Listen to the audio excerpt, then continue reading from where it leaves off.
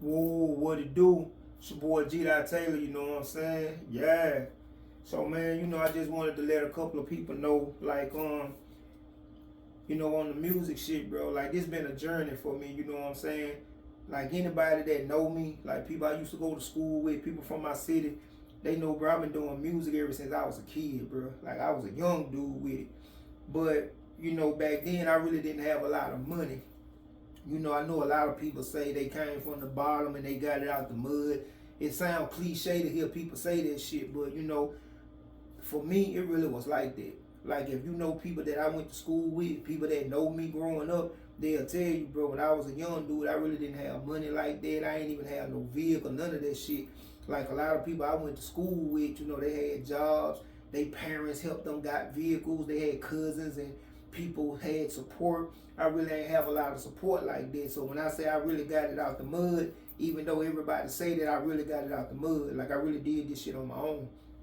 But I've been doing music ever since I was young, man. It's like my first keyboard, I remember I got it for my birthday. I think I was about probably like 12 years old. And I had this small little keyboard and I used to play the shit out of it. And then like when I got to be like a teenager, say when I got maybe around about I think like 14, 15, I had like a little Casio keyboard, bigger keyboard. Got it from Radio Shack.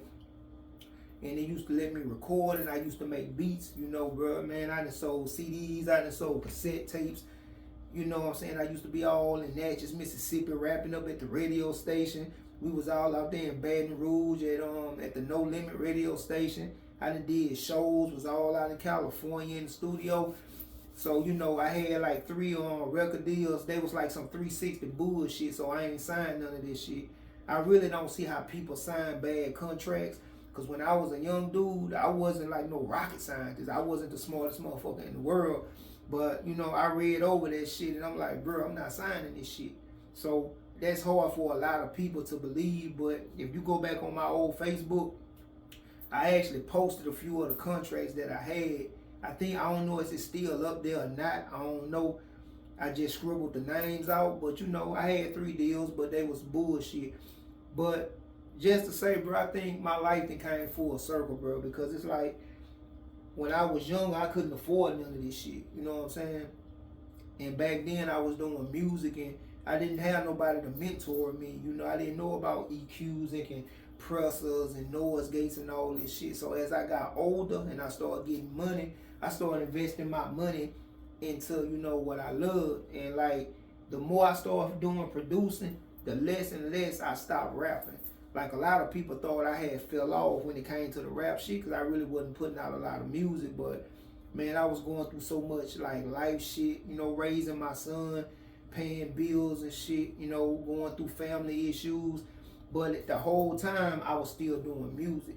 I was studying, I was practicing, I was learning about EQs and learning about compressors. I was learning about noise gates and reverbs and attack and ratios and all this shit. So the whole time while people thought I fell off, I was just educating myself. Everything I thought I knew about music, I threw that shit out the window. You know what I'm saying? I wiped the chalkboard clean and I started all over. And all of those years, that's what I was doing. Plus I got into video, I got into photography, I got into like special effects. So a lot of those years, I was working on music behind the scenes. A lot of people just thought I fell off because I wasn't dropping nothing, you know what I'm saying? But this was my end result right here, man, building up my studio, and like the only thing I can say is I didn't learn so much, in a short period of time. I say over the last 3 years to 4 years, I have learned more over the last 3 to 4 years than I did my whole lifetime, you know what I'm saying? Because I didn't have nobody to teach me nothing, but being able to talk to anybody in the world, having the internet, being able to reach out to people, man, and able to get that knowledge, able to get that information. So I was really just studying. I spent more time studying, learning, what all this stuff do, like why use this type of compressor, why use this type of EQ over another compressor or another EQ.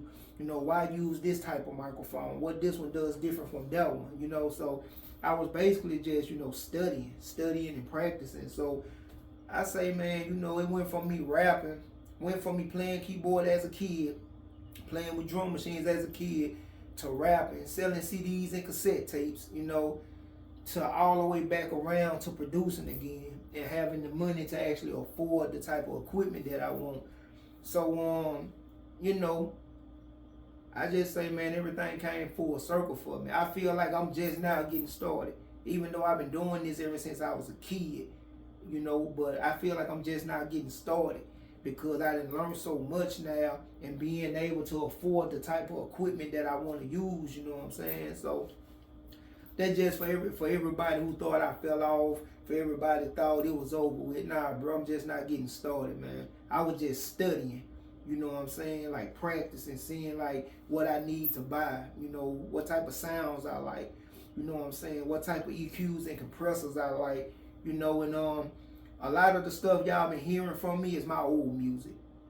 Like real shit. Like a lot of music I've been posting, that's stuff from like a couple of years ago. Back before I had this. Y'all ain't heard none of the new stuff really. Y'all hearing old stuff that I did on my old studio gear back when I had like the little small interfaces and the older computer. So I got some shit that I'm dropping because I feel in a good place now. You know what I'm saying? My son, he a little bit more older now. He can kind of look out for himself a little bit now. So, you know, they give me more time to be in here. I done learned a lot of different stuff now. You know, being able, like I say, just to afford the type of equipment I want now. So I feel like I'm just not getting started, bro. Like, you know, with rap, you know, you got a lot of older kids that rap, and ain't nothing wrong with it. If people still buying your music and they like your music, you know, do your thing. But as being like a musician or like being a music producer, it ain't no age on it. You can do this shit till you 70, till you 80, till you 90. I mean, if you can still press the goddamn buttons and make it sound good, you can do this forever. You know, so I just feel like rap was my starting point. You know, because rap what got me into music. And I feel like rap was the catapult to catapult me to this. You know, because it's like when I'm rapping, it's cool. But when I'm doing this when I feel at home right here. This when I feel like I'm in my zone. When I'm, you know what I'm saying, like messing with EQs and compressors, you know, playing keys on the keyboard, you know what I'm saying? So, yeah, man, I think I was really meant to be a producer all the time. Don't get me wrong, I still rap. And, you know, I done made money from rap. You know, over the years, I done made a good bit of money off of rapping, you know, no cap. But I just feel like music producing is my thing. I'm still going to, you know, rap and put like some projects out and stuff like that. But when it all boiled down to it, this right here is why it's it for me personally. You know what I'm saying? So, yeah, man, for anybody who thought your boy fell off, nah, dog. I was just working behind the scenes and I got like some shit coming up. So, you know, as always, this your boy G. Taylor. God bless y'all. One.